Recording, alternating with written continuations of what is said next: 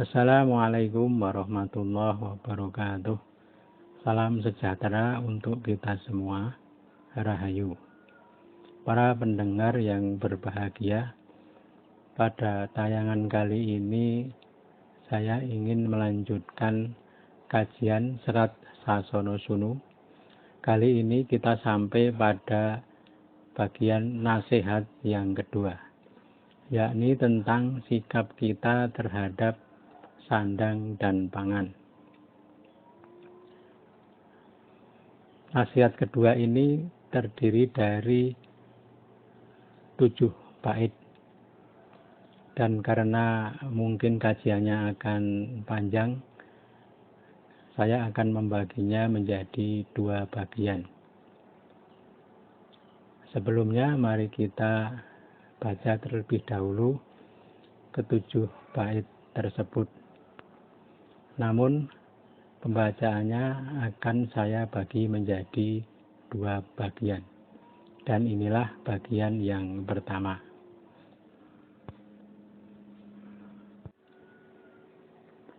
Gantya warna ingkang kaping kalih, linahirken sira aneng donya, sinung sandang lan pangane.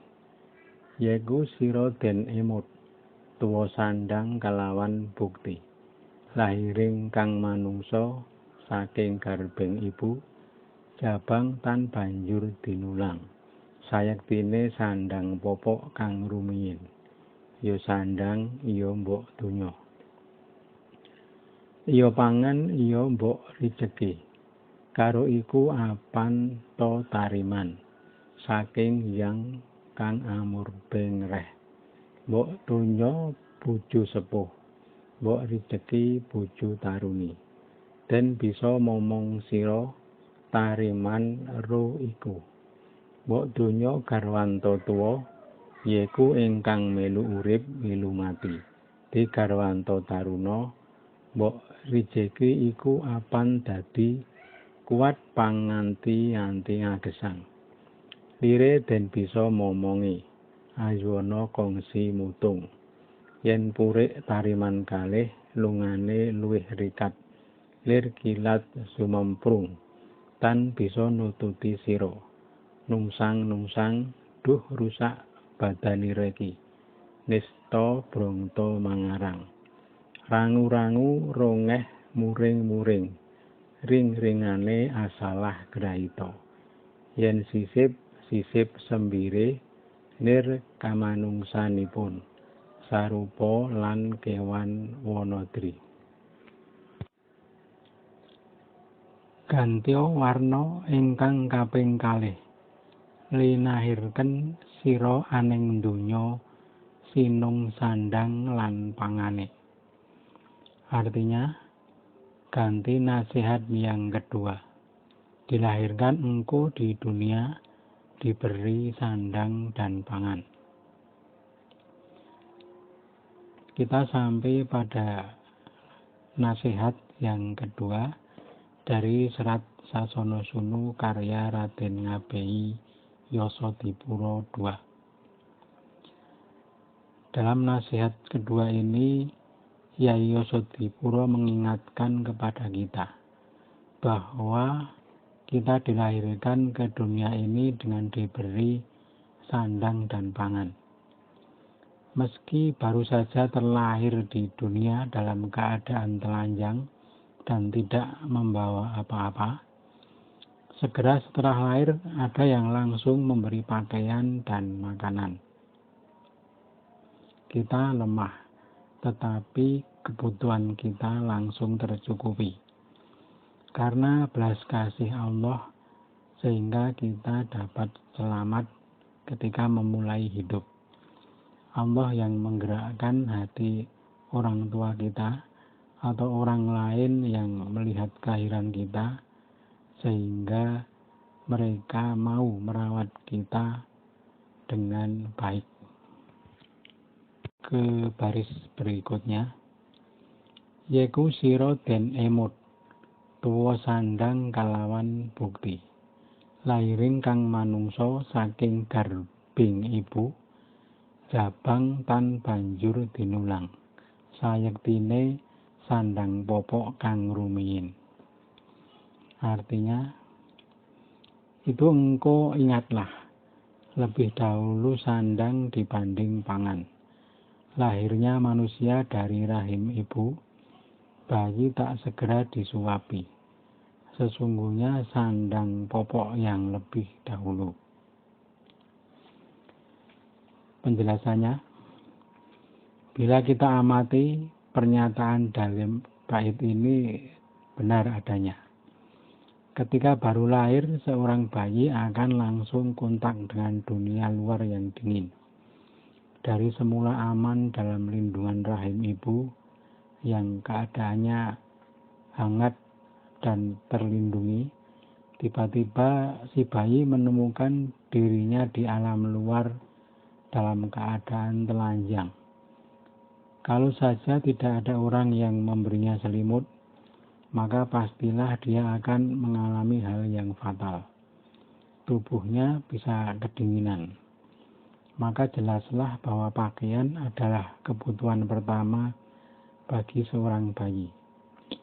Sedangkan makanan dalam beberapa jam ke depan, seorang bayi bahkan belum membutuhkan. Dia bahkan baru mulai belajar merasa lapar dan mencari air susu ibu beberapa jam setelah lahir. Namun dalam hal pakaian tidak dapat ditunda-tunda. Ilmu kebidanan modern memperkenalkan metode inisiasi dini bagi bayi yang baru lahir, dengan cara menempelkan tubuh bayi ke tubuh si ibu. Si bayi diharapkan secara naluriah mencari air susu ibu. Walau demikian, selimut tetap lebih dulu diberikan. Artinya pakaian tetaplah lebih dahulu dibutuhkan oleh si bayi. Kita lanjut ke baris berikutnya. Yo sandang, yo mbok donya. Yo pangan, yo mbok rejeki. Karo iku apan to tariman, saking yang kang amurbe ngreh. Artinya, ya sandang itu namanya mbok donya, dan pangan itu mbok rejeki. Dua itu adalah tariman dari Tuhan yang menguasai segala. Di sini Yai Yosodipuro memperkenalkan dua istilah untuk menyebut rezeki yang diterima manusia ketika dia baru lahir dan sampai dia dewasa. Yang pertama adalah mbok donyo. Di sini adalah perumpamaan dari sandang. Namun kata donyo dalam bahasa Jawa bisa bermakna lebih luas dari sekedar sandang. Maknanya adalah harta benda, apa saja, termasuk perhiasan. Dan yang kedua adalah istilah mbok rejeki, yang dalam hal bait ini adalah perumpamaan dari pangan. Dua sosok tadi, mbok donyo dan mbok rejeki, adalah tariman atau pemberian dari Tuhan. Kata tariman atau triman adalah istilah yang dipakai untuk menyebut pemberian dari seorang raja kepada abdi. Dan biasanya di zaman dulu yang diberikan adalah wanita untuk dijadikan istri. Maka Kyai Yosodipuro kemudian menggambarkan sandang dan pangan sebagai mbok donyo dan mbok rejeki. Artinya diasosiasikan sebagai wanita. Kata mbok itu kan artinya wanita. Jadi cocok dengan istilah triman yang biasanya adalah seorang wanita. Dalam bait ini Kyai Yosodipuro tidak memperbandingkan kata teriman ini dengan pemberian dari Tuhan. Jadi kita oleh Tuhan diberi mbok donya dan mbok rezeki. Kita lanjut ke baris berikutnya. Mbok donya bojo sepuh, mbok rezeki bojo taruni. Den bisa momong sira, tariman ro iku. Artinya, mbok donya istri tua, mbok rezeki istri muda, yang bisa momong engkau pada dua istri pemberian itu. Jadi konsisten dengan istilah yang dipakai, yaitu berkonotasi perempuan, maka Kyai Yosudipuro menggambarkan sandang dan pangan itu sebagai dua istri bagi manusia. Dan mbok donyo atau sandang atau perhiasan atau harta benda disebut sebagai istri tua. Dan mbok rezeki atau pangan dan sebangsanya disebut sebagai istri muda. Kemudian Kyai Yosudipuro berpesan agar kita bisa merengkuh atau mengasuh atau melayani kedua istri tersebut. Kita lanjut ke baris berikutnya. Mbok donya garwanto tuwa, yaiku ingkang milu urip melu mati. Di garwanto taruna mbok rezeki iku apan dadi kuat panganti nganti agesang. Artinya, mbok donya istrimu yang tua, yaitu yang ikut hidup ikut mati. Adapun istrimu yang muda, mbok rezeki itu menjadi kekuatan pengharapan dalam kehidupan. Penjelasannya, istri yang tua, mbok donya, ikut sehidup semati, bersusah payah menderita bersamamu. Adapun istri muda, mbok rezeki, memberimu harapan, menawarkan kegembiraan. Itulah sifat kedua istri.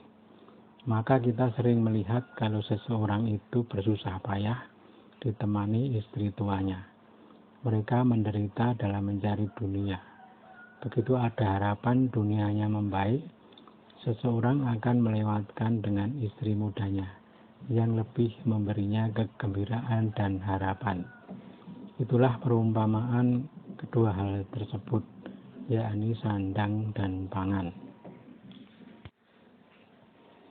Kita lanjut ke baris berikutnya. Lire den bisa momongi, ojono kongsi mutung. Artinya, yang bisa dalam mengasuh mereka. Jangan sampai ada yang kecewa sehingga putus asa. Penjelasannya, hendaknya engkau bisa meladeni atau mengurus kedua istri itu. Jangan ada yang kemudian merasa kecewa atau bahkan sampai putus asa. Kalau mereka merasa tidak diperhatikan, ditelantarkan atau diabaikan, maka mereka bisa mutung. Mutung itu artinya putus asa atau memutus sesuatu di tengah jalan.